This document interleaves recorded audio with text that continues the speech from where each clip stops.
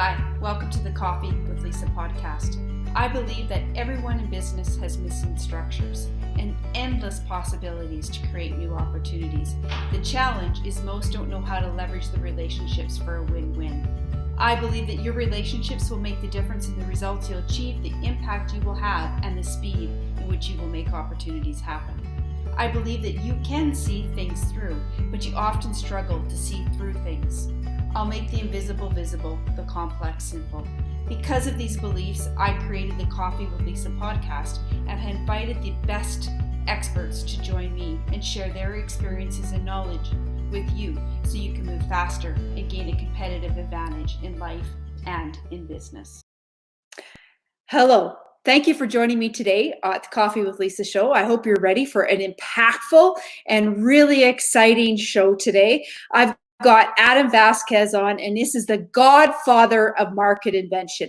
He's created over $100 billion worth of value in the market today. And he's going to come on today to talk about the process that he's used and how you can apply it to your business. Hey, Lisa, thanks for having me. Thanks for joining me. So I'm super excited to have you on. I mean, we've been talking business for so long. I feel like I haven't seen you forever since you were here in August. So yeah. I can't wait for the borders to open back up so I can come down and actually come to the office and see you. So how have you been? Busy. As everyone's dealing with the initial shock of everything, now it's through that transition of what things look like post COVID-19, right? So I think everybody's in kind of the same boat right now, right? Yep, for sure. And I think people have really, I always said that this is the perfect time, nowhere in the history of mankind and probably never again will we have an opportunity where we've been given the wonderful gift of time. Yeah. And, some of those particular things, I just got off the call with a client, and he was talking about how he'd always had something at the side of his desk. And now it's not at the side of his desk. He's actually treating it as part of one of the business structures of his business. And he said to himself, like, why hadn't I done this before? Right? Yeah. It's funny. We're talking to multiple CEOs, every week, and a lot of people are saying this whole teleworking thing, I might want to do this more now. And so we'll see. Yeah, we'll see how it goes. Exactly. So business is good. Let's talk a little bit more about Adam. Sure. And Lena and Nora. So that's your family. So you are located in the DC area. Yes. However, you've got locations across America. So I'm based in the DC area. Specifically, we have an office in Northern Virginia, if you're familiar with the area, but then also we have Harrisburg, Pennsylvania, and Portland, Oregon. Yeah. And so how has business affected you, Adam? Because I know you've got a team of about 25 to 30. So have you had to do any layoffs? Have you had to, has anything really structurally affected your business, or is it still business as usual? Well, yeah, there's a lot of things, right? I think the initial shock of everything, and there's some clients we've had in the hospitality industry and a few others that are kind of on hold right now because their revenue is zero, right? There's nobody buying. So, that was some of the initial shock. But we've been able to, we applied for the PPP, and I recommend everybody to do this. If you have not gotten in the first round, you should definitely do this, especially if you're in the US based to do the PPP. We've done that, so that obviously gives us time. We've been able to hold on to most of our clients, and all of our clients we've been able to hold on to, but some people are just rightfully so trying to protect their cash. So we've been looking at trying to hold on to our cash as best we can. We're looking at this from a 18-month to 48-month timeline. Not a V-shaped recovery or even a U. It's going to be a slow check mark or a Nike swoosh, I've heard called, that's what we're dealing with right now. So but things have been good but busy, helping clients get through, navigate this, and that's what we do. So in some ways, we've designed the business since the beginning around market invention and helping people through this uncertainty. That's kind of, this is our moment for us. And we're really super excited about that. Absolutely. Well, and we're going to get into a little bit more for anybody who's watching right now. What is market invention? Because it's looks a little bit differently than what you probably think it is. Yeah. But it's exciting because, like you said, you know, the time is right for exactly what you're trying to do and what you're trying to achieve with the Merit brand. And so you wrote a book, and I, you know, first of all, I'm super excited to say that, you know, I have the book here, but the book is, you know, there's a real good story behind the book, and, you know, the Patagonian toothfish and the inspiration behind, you know, why you wrote the book. So let's talk a little bit more about that.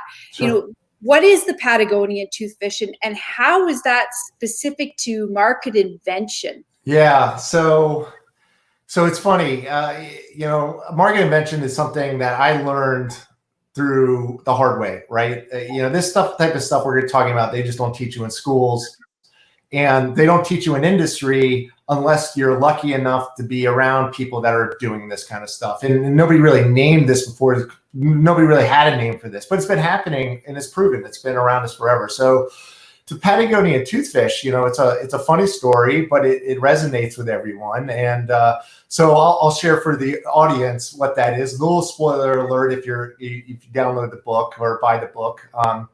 So a guy named Lee Lance in 1977 was a struggling fish wholesaler. And I just say struggling because it's a nice story, but he was a fish wholesaler that was looking to differentiate himself. And I think every one of us is looking to differentiate ourselves one way or the other, right?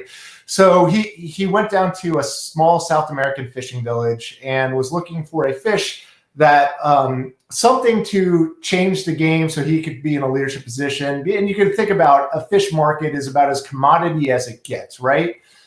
It's about price, availability, and relationships, right? And quality. And if you have the same quality, price, and availability, then it comes down to relationships. And every industry is in that position if it's mature, right?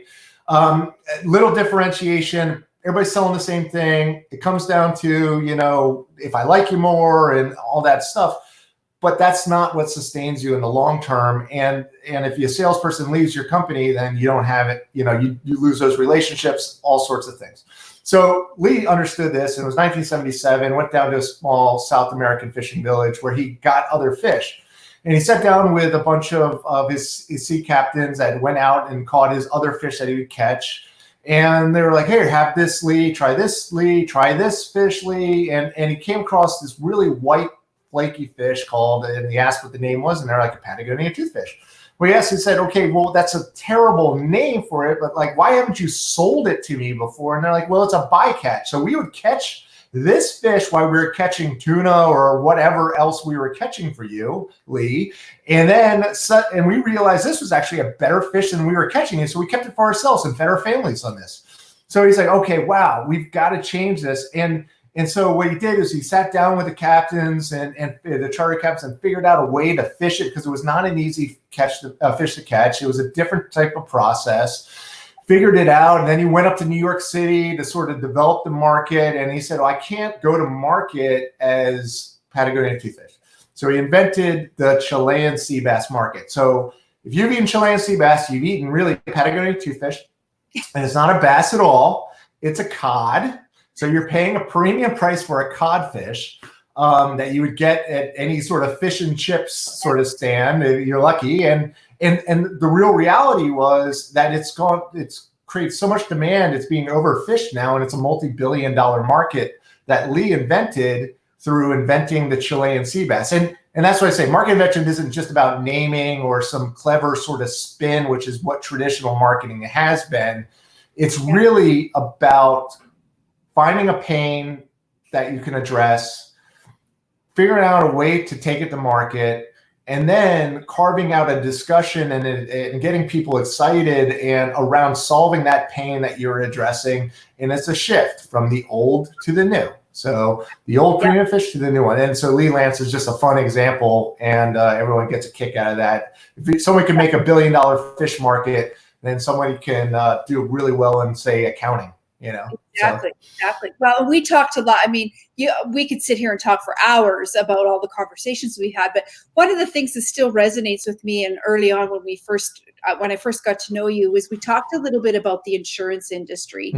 And, the difference between being, there's a piece of pie, and correct me if I'm explaining this wrong, but you have a piece of pie and you've got two players. You've got a dominant player, the legacy leader in the insurance industry, which is State Farm Insurance. And then you've got another industry leader who's trying to become the industry leader, which is like Geico. Correct? Yes. And, you're trying to interrupt and get a big piece of State Farm's pie, but you can't. And it doesn't matter how big you are unless you use the process of market invention. Explain to us, what does that mean?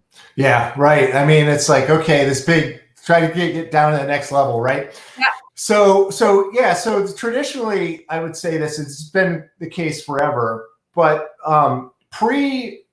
pre-internet, right? You could advertise, hire a huge sales team, be first to market, and kind of own a conversation just by, even if you weren't first to market, you could just kind of own a conversation by just outspending everybody, right?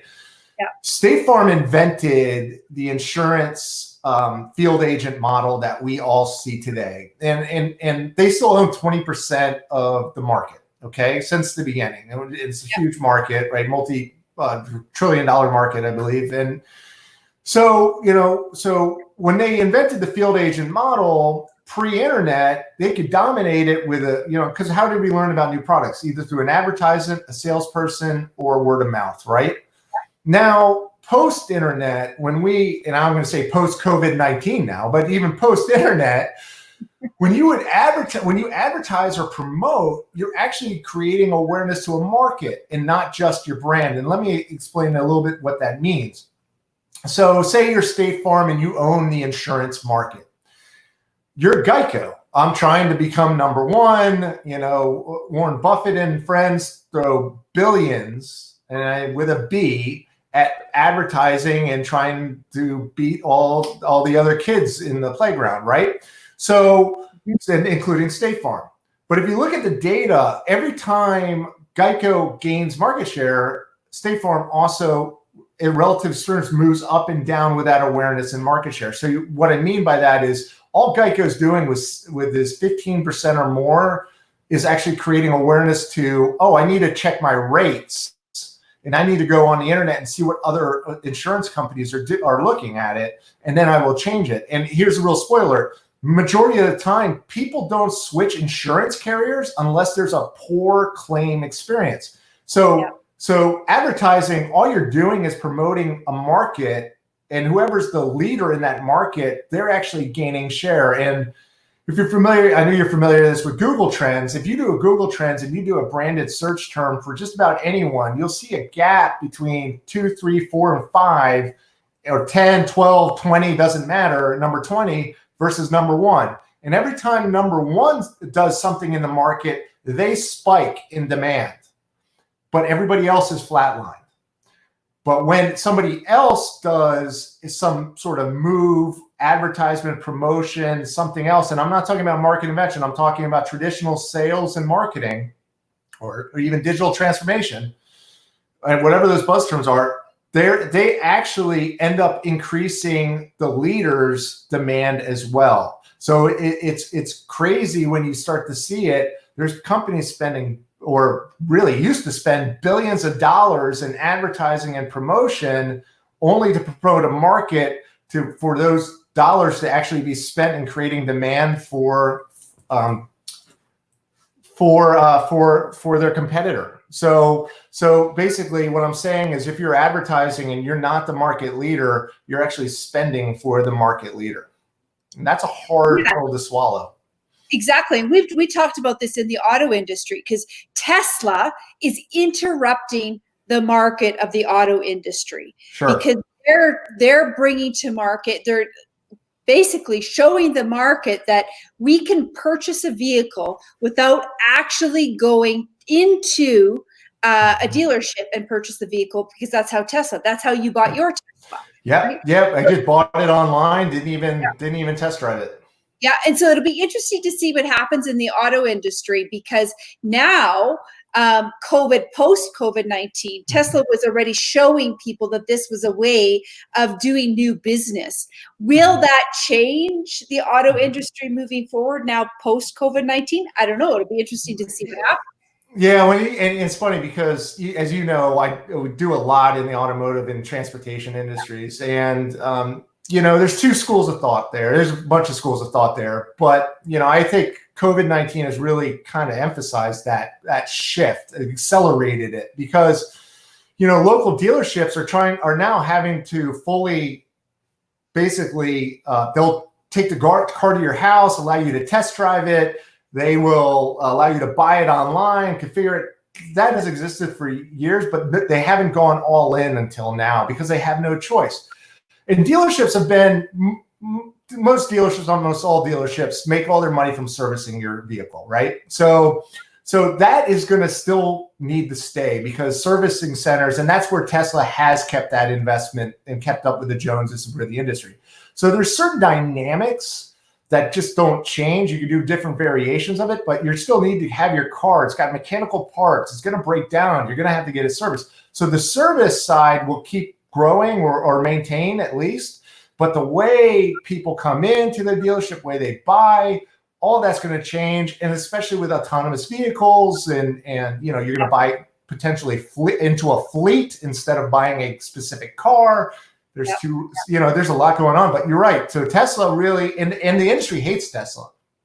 They hate them because they basically become their own dealership, like Apple, right? They pushed out all of the distributors and dealers and everything else. And if you're a dealer, you're freaking out, because if that's where things are going, then you're out of business unless you become a service center only. Right. So, well, or you use the process of market invention to actually change the way that your dealership is operating. And absolutely.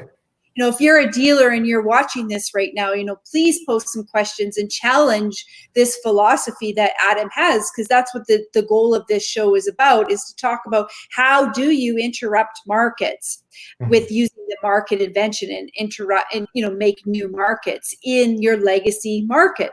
And so, that's why you wrote the book, and there's 4 stages. I've read them, I've applied the principles. You and I have talked great deal, especially in the education space, about what that looks like. So what is the first stage? So if I'm watching this right now, Adam, and it doesn't matter if I'm an auctioneer or if I'm in the education market, or maybe I'm a clothing retailer, what do I have to start thinking about as part of the first stage of the process? Well, and first, to your point, I think it's great, because let's get right into it. I think one of the things people watching this need to understand, the marketing they're doing is not really marketing. It's gimmicky. It's changing, getting people clickbait to click on things. Like, that's not really marketing. That's not the big M. That's a little m in trying to convert people. So lead generation tactics, like all of that stuff, is been to sort of trick people to buy from you. That's kind of been the general sense. And that's why marketing is broken. So we'll start there. So the first step in market invention, which is really talking about understanding the opportunity. Adam, so just so people are clear, it's not that you're saying that online advertising is wrong. You're just saying that there is more to the process than just clickbait funnels and so forth. And when you understand the entire process and its complexity, that's when you become a legacy leader. So you're not saying that you can't do that. You're just saying that this is part of a process, correct? So to your point, right? So advertising, all of that stuff is so tactical down the line, and people, when they focus on marketing, they focus on those things, but their strategy isn't right. Exactly. And so this is an agile strategy process that almost guarantees that you will have a unique position and represent the future of your industry by the next high growth market you are inventing. And this isn't about creating a niche or blue ocean. That's not what this is about. This is about a seismic shift from the old thinking to the new thinking, And that new thinking represents the future. So how do you get an entire market or industry to shift to your point of view? Well, you start with the market opportunity phase. Uncovering what is that thing nobody's talking about, but is top of mind and the biggest pain that the industry needs to solve next, okay? And that it comes down to just simple research, right? And not simple meaning, because most people don't do this actually. They just look at the competitor, oh, they're making money up there, let's do what they do. And that is just a sure way of building their market, and you'll always be a small fish in their big pond, right? So follow the leader all you want. You can have a great lifestyle business, and there's nothing wrong with that. But in this world and in this new economy, you need to be designing your own company's future, not just following the leader. And that's what this is about. So that first phase is market opportunity. And it's about uncovering customer pain, right? And it's uncovering all the customer pain that you're trying to solve. Now, you already might be in business, or you're just thinking about getting in business. If you're just thinking about getting into business, this is a great time. I think this is the best time to get into start a company. Like, it seems so counterintuitive, but this is the best time.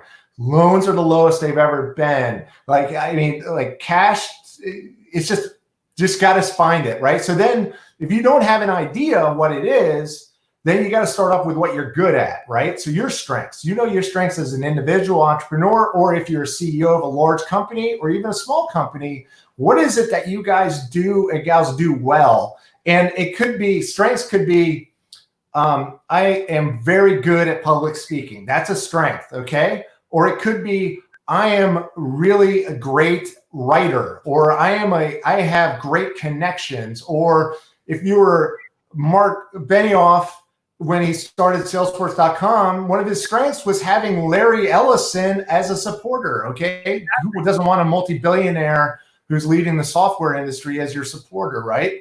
So you got to get really clear on that. And I'm not a big fan of looking at SWOTs. Okay, I don't like SWOTs. And why? Because if you focus on your weakness, you're just going to be kind of okay. You should be aware of your gaps from a customer experience and what they want, customers want, but that's not a weakness. That is an opportunity to leverage your strengths. So once you're clear on your strengths, then you got to move on to what does the customer pain want? And the customer pain is this simple interview. It's interviewing customers or potential customers about what they really hate most about doing what they do, or working in your industry, or working with your competitors, or working, you know what I mean? You're finding out what they really dislike, because the pain that they're solving, because the idea is now you're supposed to map out these pains into themes and grid them out. And then when you're looking at competitor research or industry experts, influencers, you don't care about everything they're talking about. You just care about what they're doing to solve that pain. So it streamlines everything. And know that if you've done a good job in your pain research, that is the ecosystem of the world for your industry. And if your competitors aren't doing something to solve that pain, you don't care, because it's not relevant. Yep. And especially now, it's all about relevancy and solving needs. People are buying what they need, not what they want right now. So, absolutely. And then you map it out, and then you find out where you really clear, where are those themes and those opportunities. So that's the first stage of the market opportunity, is really getting clear of where they are. You don't have an idea how you're going to do it. You just know your strengths. You know the pain. You know how everybody else is trying to solve that pain or not solve that pain. You know what influencers are talking about it or not talking about it, media and all that stuff. And then you know the mega trends. You align the mega trends, and that's about timing, because you want to align to a mega trend to be relevant, right? Absolutely. And I think people need to understand that, whether they're listening to this or they're watching this, is that when you are looking at building a brand, and it doesn't matter if you are a car salesman, or if you're selling cups, or whatever you're doing, when you're looking at it, you want to think about exactly that, the pain. And let's talk a little bit more about how you did that for TE Connectivity, and how that reshaped their entire business model, so people really understand the application of it. Because it's one thing to talk about, this is what you do and you need to do this, but it's a whole nother to actually show that this is how somebody actually did it, and the results of it are this. Sure. So yeah, TE is a fabulous company, and I was part of the team, and learned a lot of this from a lot of great people going through this process. But something to know about TE, it was a former Tyco company, and they acquired, gosh, hundreds of companies, and we had to integrate it. But they do electronic connectivity, so the connectors in the ventilators to the cars, the sensors, all of that, they're in everything. Okay, they're a fabulous brand that they connect literally everything, and they have great roots. The couple of their companies started back in World War II because of needs for the war effort for the United States. So tremendous legacy, tremendous company, tremendous products. But their key issue was that there was a few things. First, the buying process had changed. Design engineers, so like say you're Volkswagen, you're designing the next Passat, it's 5-year cycle. And I'll use a car example, but say you're Apple designing the next iPhone, doesn't matter, or Boeing designing the next, Dreamliner type of plane, right? And so what they realized was most of the relationships were procurement, and procurement was treating them like component manufacturers, right? And they were so much more than being a electronic component manufacturer. And engineers wouldn't even necessarily see the value of electronic components. So what we did is we realized that engineers really do care about connectivity, Internet of Things being mega trends. There's a bunch of research we did. We changed the buying process. We made it more updated so they could do order and develop their entire system online, so they could be able to select products online, all of that stuff. It sounds kind of pretty boring now, but this was several years ago, and there wasn't anything like that in the industry. So we followed a lot of the Dell model, building it with wire harnessing and all that stuff. And then, the team did a great job with the supply chain through this TE operating advantage, creating efficiencies and making sure products were built just in time to get them to the clients. But then we also went all in on digital. But, that wasn't just it. We also needed to change the conversation from components to connectivity. So the team really invented the connectivity market, and they went from a Google Trends. Remember, we were talking about kind of everything hovering above each other, and Molex, one of their top competitors, was number one in that Google Trends. And every time a market invention occurs, it's like an X. Whoever was below crosses above, and they almost replace their position. Okay, people call this the process of disruption. That's what happens. Okay, and it happened for them too. And now Molex, Amphenol, everybody's calling themselves a connectivity company, and they don't realize how much that's really actually helping TE Connectivity gain its billions of dollars in market share cap and doing all sorts of stuff. Now, it's not just about repositioning a company. There was so much to this. But my point is TE Connectivity went from a Tyco Electronics to TE Connectivity to being a component manufacturer, just another component manufacturer, to being the global leader in connectivity and rugged connectivity solutions, to being a commodity, price commodity, to being an engineer solution partner. And there was a lot there. How you sell versus showing up with catalogs. That's how salespeople used to show up. Sir, okay, let's sit down. Let's talk about the next 5 years out. Let's talk about 5 years out from now, 10 years. In aerospace, it's 50 years sometimes, and in the rail space for sure. And they've been very successful, and they continue to be very successful even in the post-COVID-19 market. So, Adam, if we're talking about, you've played in the space of with companies who've got hundreds of thousands, if not millions of dollars worth of budget to actually, use the process of market invention in their businesses and interrupt the market and, come above the legacy market and so forth. But how does somebody who has hundreds or thousands of dollars start this process so that they can apply it to their business on a smaller scale, on a smaller budget? So people think, okay, TE, $15 billion company, massive budgets, everything else. But everybody's got to realize that this 15 business units, we were all fragmented as far as budgets and everything else, which is a standard for most big companies that don't do a lot of marketing, right? A lot of big spend, right? We're not talking like spending like Apple or spending like Intel, that type of thing. So it was designed for efficiency and bootstrapping. I never, when I was a CMO at TE Connectivity, I never had crazy budgets. Now I had more than maybe a local dry cleaner had, right? And I had brand cloud as far as leverage, but that didn't matter. This was all, didn't require a lot of advertising, in fact, So if you think about the ROI was massive, but let me talk about as an example of getting started with this. So when you look at a company such as Ingenuity, and Ingenuity is an incredible company. They're a mechanical contractor. They do engineering services. So they design all the HVAC, keep elements and controls, everything all perfect. And in this market, they're actually in the process of inventing another very large market. But they wanted to shift their business to being a lot more maintenance and services, right? So we worked with them, and we're talking, very small budgets, under 100K, well under 100K. To invent a predictive maintenance business, because how do you shift somebody who's already got a maintenance contract to your maintenance contract and you didn't do the install, right? So hard. But when you shift and have something truly unique, as far as they're doing things, starting to do things with sensors that listen to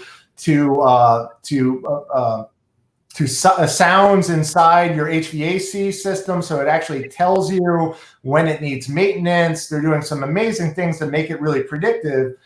And that was all based on that research that we were talking about. They went out and researched. We worked with them to research their clients or their customers, their prospects, and the people that weren't buying from them and their existing, the shift from the old, reactive maintenance to very predictive maintenance model, and then implemented different innovations to do that. And then it was a very media and PR and case study driven that became that shift that people were like, oh, I want this. Oh, I'm going to shift over my maintenance to you. And it literally doubled their business. And we're talking millions. So, and we're not talking long term, we're talking a couple of years.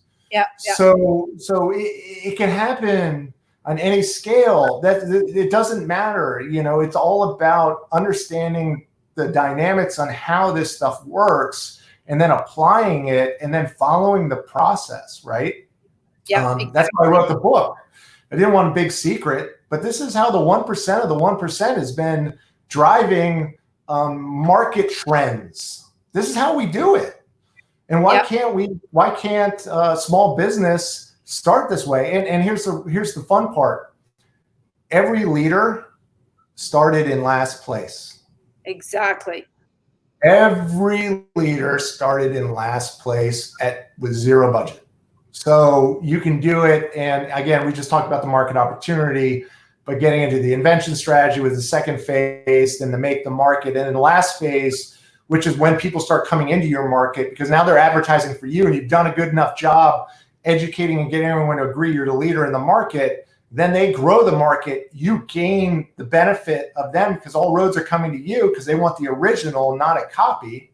Yeah. And then eventually, as that market grows, you'll have to move to the last stage, which is the iterate and expand, which you got to go from defending the market to educating the market to defending the market. But yeah, so that's the hope for everybody. Is everybody started in last place? Everyone started at zero revenue, but all of them literally have followed a different flavor of this process when you really look at it, and it's worked for every one of them. So it's not a guarantee, but I haven't found anything in my career or anything out there that has come close to the consistent results.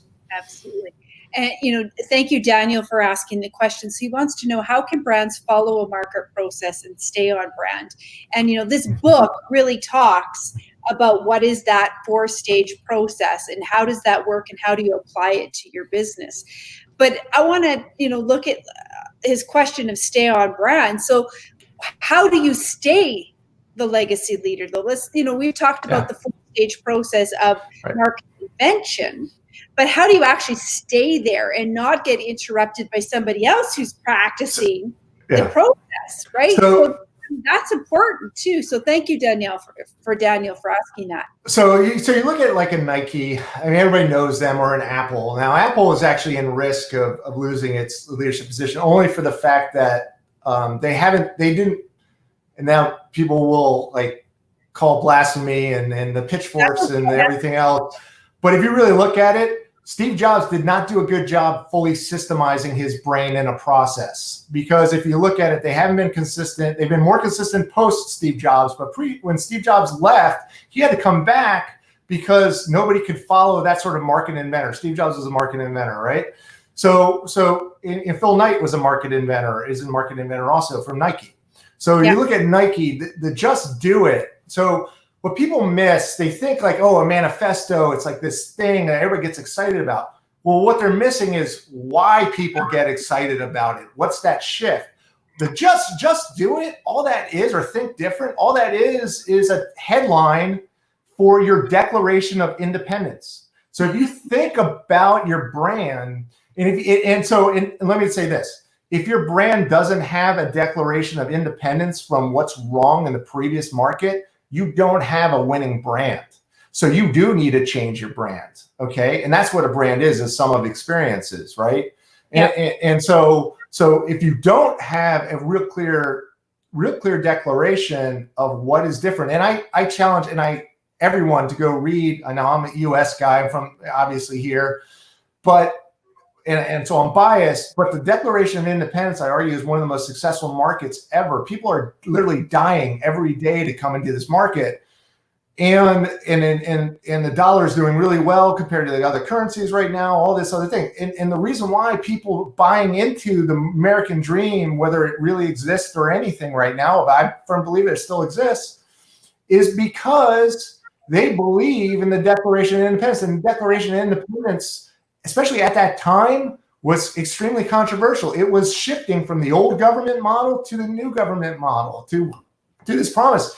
So then everybody said, I agree with what you don't like. I agree with you. Thanks for saying it. Thanks for having the courage to say it. I agree with where you're going, and I want to be your customer, and I want to be in that market with you. And that's the shift that has to happen. If you don't have that and can't provide it, that's the brand shift that has to happen. Now, if you already do that, then you just need to make sure that you're following this process and going through your strengths and your lens on how you apply your current point of view, your declaration, in a new way of solving how the pain has evolved, right? So I don't know if that to stay relevant and to stay in that leadership position. That makes total sense. So, we talked a lot, offline, we've talked a lot about where does online marketing advertising come into play? Where does the funnels and that component, because, I know that you have a mission to change the way that people look at marketing, and change how small business actually does marketing, and more importantly, how they actually leverage their dollars spent appropriately in what stage of the market invention process. So where does traditional marketing come into play in the process? Yeah, so I think, most marketers get caught on the little m of things, right? And that's the execution side. So writing the ad copy, doing the landing site, doing the web to lead form, or the click funnel. And those are all good skills, and you need to do that, right? But that is in that make the market phase. That is in the execution phase. And you can differentiate so early adopters of social media used social media channel to differentiate and grow market share, right? Because they were first in the channel, they were driving the conversation. So you can differentiate your industry and yourself and invent a new market by using a new channel differently. There's no question about that. And that should be part of your strategy regardless. Yeah. But if you're using it to keep up with the Joneses, as far as, we need to do social media, we need to communicate. And most people, they say thought leadership. And I'd say 99% of people are not doing thought leadership. They're just putting content out there that is just a regurgitation of somebody else, which means all you're doing is feeding the industry leader at that point, right?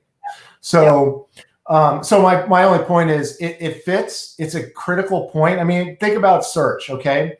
So search, if you're going to own a market and invent a market, you need to own everybody. Once people start identifying and realizing, oh my gosh, I've got to be buying this. There's a thing here. They're saying they start searching.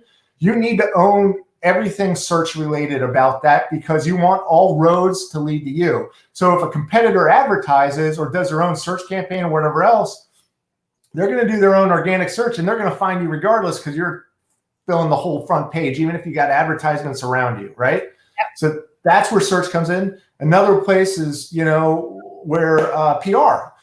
Mm-hmm. You have PR, the term PR is old, but it's about influencer engagement, right? That's really about what PR has always been. It's about media engagement and what is media? They're influencers, right? So it's getting the influencers to talk about you guys and about the shift that's happening and why this is the next big thing and validation and all that stuff. So those are some in advertising itself. Say even TV advertising. I love TV advertising. When I was 7, I used to collect print advertisements too. I used to collect Absolute ads because I loved the design and everything else. And I wasn't drinking Absolute when my parents were great parents. They did not let me drink vodka at that age. Or maybe they weren't great parents, depending on what your perspective is. But the point is that stuff can have a big, high impact influence when you really put that imagery together with the words and the messaging.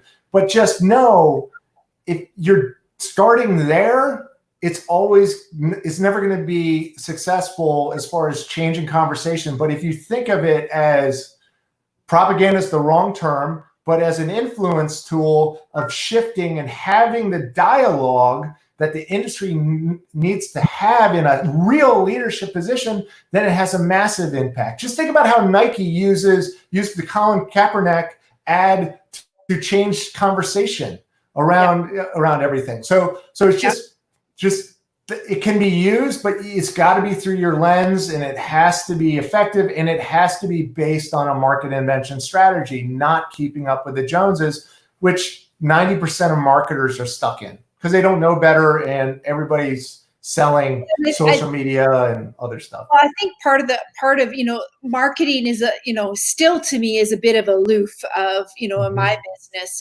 and working with thought leaders about how do they become a legacy, how do they build mm-hmm. a legacy.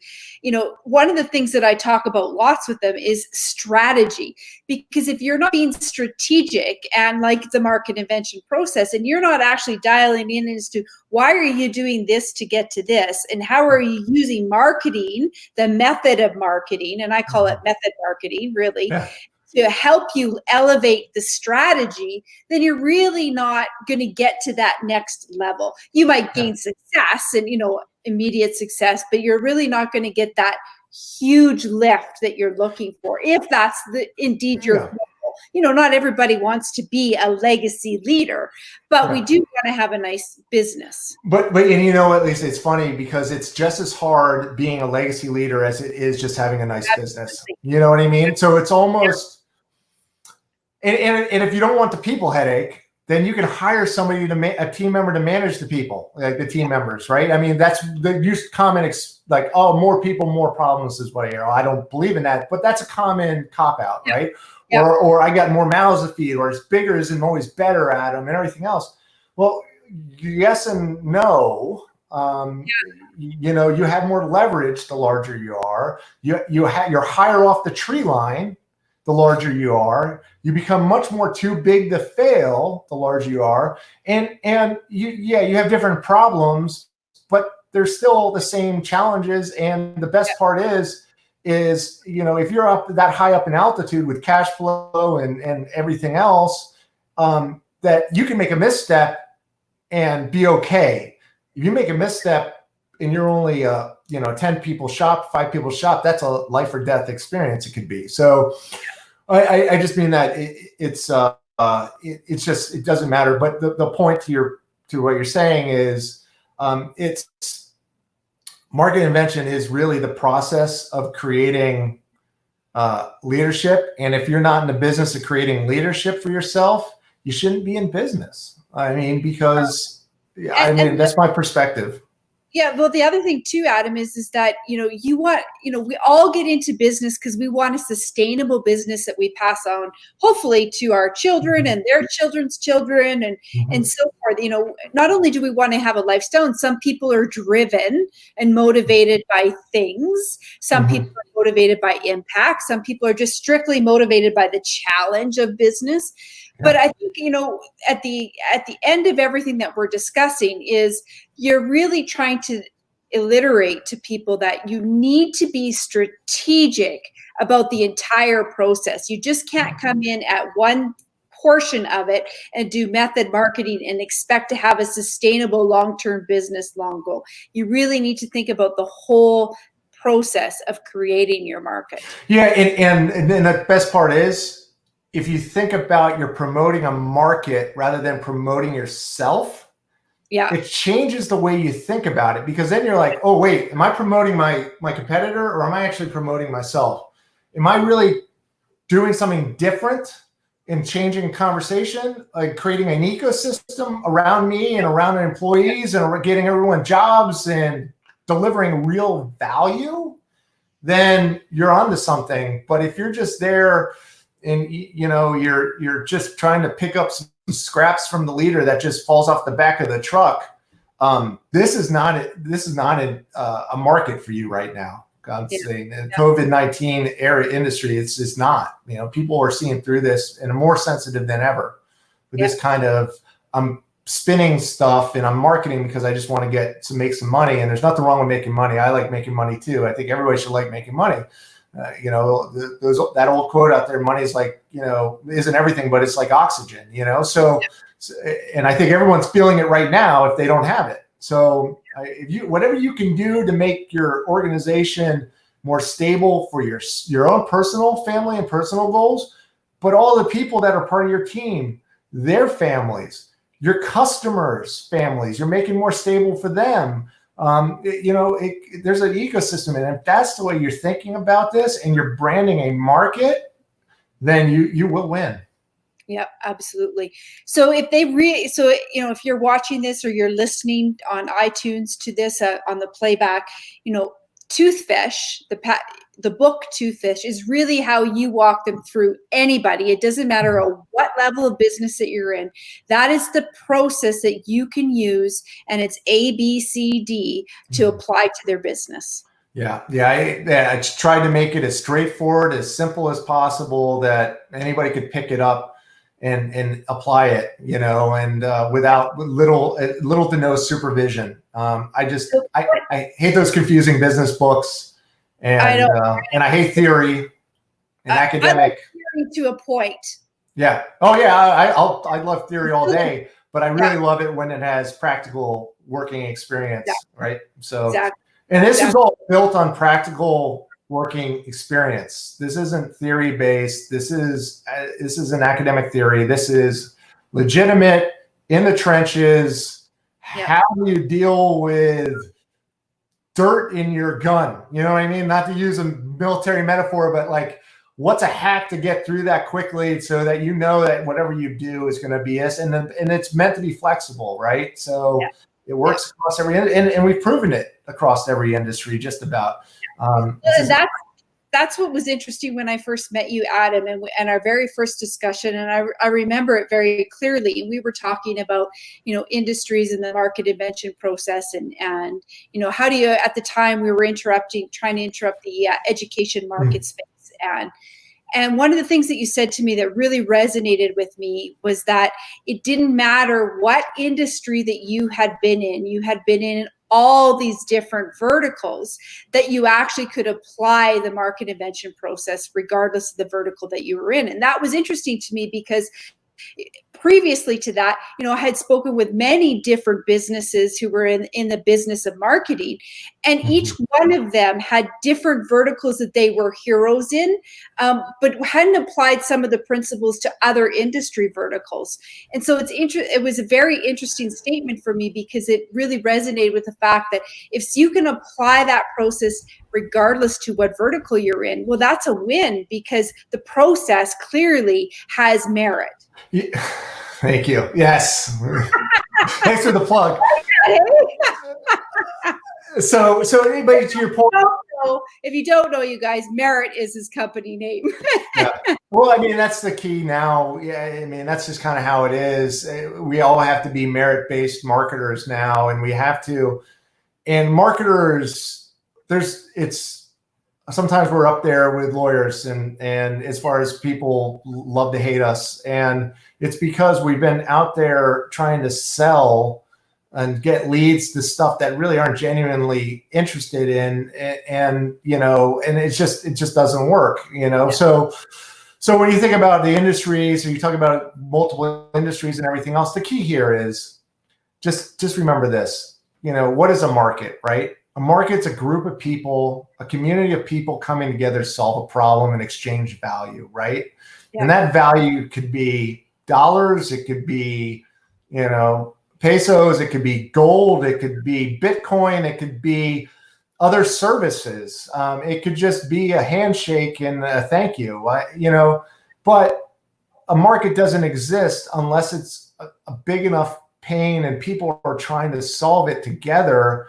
And that's, if you're a real marketer, then you're creating relationships and network, a market, which includes other companies. It includes partners. It includes customers, obviously, but you need to create a whole ecosystem of people that are trying to solve the problem in different ways, because there's different aspects, there's different facets to every pain that are trying to be solved, right? So once you do that, then you've successfully invented a market, and you'll be the leader, especially because everyone also is relying on this market to succeed. And that's the key thing. I always say this: if you're an accounting firm, unless it's a very highly regulatory environment, or a lawyer, a legal firm, or those are kind of some of the exceptions. But just about everything else, especially if you're an agency, if you say your differentiation is an industry, then you have no differentiation. And I can guarantee you, there's a lot of marketing agencies right now wishing they had industry diversification, because I would say I get on phone with a lot of CEOs and everything else, and anybody who has doubled down or just in one vertical right now is hurting, unless they're in healthcare or in one of these really. But you can't predict that. Who thought a pandemic was going to really, really happen like this? I mean, there's a lot of people did. There's movies, but there's zombie movies too. There's what I mean? But this is it. So this is a way to diversify yourself. So people are coming to you for your service, regardless of the industry. And this makes you more resilient in the long term. And then there's people that really, truly believe with their hearts that what you represent is the much needed change in the world. And if you're really doing that, and you really are changing things for the better, even if it's, marketing, right? Nobody wants more marketing, right? Yep. So let's make it better. Then you're really doing something right, and you'll always have demand in a bad economy and a good economy. You're creating sustainability, really. That's what it's about. Well, and you look at the education market space right now, universities and the collegiate and so forth. I mean, this has complete COVID-19, and I have some clients that are, in the education market. I know that you sit on the board, trustees for Randolph-Macon College. Yep. And this has absolutely changed the way education is going to be looked at moving forward. There's no ifs, ands, or buts about that. Colleges and universities are really looking at now, how do they incorporate working from home, learning from home into the ecosystem of education for the fall and when we go back and we resume into school. So it's very very interesting times ahead as to how the new normal will look in a multitude of market spaces. Well, I'll give props to some of our Portland, Oregon team. I'm wearing a Mount Hood, a Timberline Lodge t-shirt right now. And really what that's about, just to remind us, this was built for the Works Project after the Great Depression by FDR. And, programs, markets, this is the time to really do this. I mean, a lot of this stuff you couldn't have predicted to happen. Social Security in the U.S. didn't exist prior to Great Depression. So there's going to be a ton of stuff coming out. And the question is, do you want to be reactionary to it, or do you want to be leading it? And this is where, if you're in it for your own personal wealth and prosperity, and there's nothing wrong, you should be in it for those reasons too. If you miss out on this window, I mean, and not applying this type of process to yourself, you're not going to succeed after this. I've been telling my clients that, you know, half of their customers, they should be prepared that won't be their customers after this. Yeah. Half. And that doesn't mean that they don't want to work with them. They're going to probably go out of business, or they may not want to work with them because their needs have changed because they've had to change their own business models. Yeah. Everyone's got to realize every customer and employee is uncertain about working with you right now as a CEO. Every one of them. And so how do you create certainty? And so I hope this process helps people create certainty. Yeah. Well, and that's the goal, right? Like, and it will be very interesting. So I want to close the show with this. I always ask everybody that comes on to the Coffee with Lisa show this one specific question. And so I'm going to ask you, Adam, if you could give your 20-year-old self one piece of advice, what would that advice be?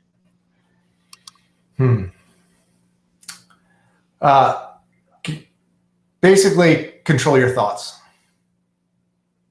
That would be my advice. Control your thoughts. Be aware of your thoughts.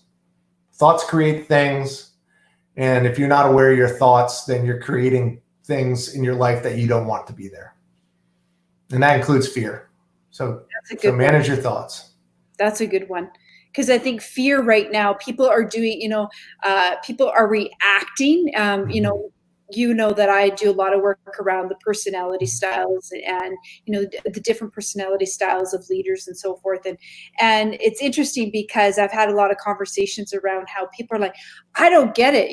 John Joe, when he's at work, he's like this, but all of a sudden this guy is all erratic and he's, nothing like the guy that comes to work. Why is that? Well, it's because the adaptive personality versus the true nature. And there's a lot of people who are leading teams right now that are kind of going crazy, and their teams are looking at the leader and going, what is going on with this person? Well, because they're reacting in fear, right? Yeah. And so my hope is that, as we move into the new era, is that we don't react in fear, and that we're able to actually better understand who we're working with and who we're working for, and that business is better because of it.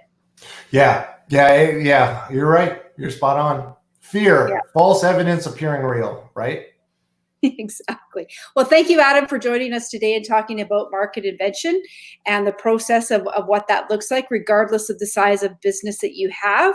And I'm looking forward to seeing how market invention and all the new legacy leaders that are going to be coming up in the very near future. Thank you. Thanks, Lisa.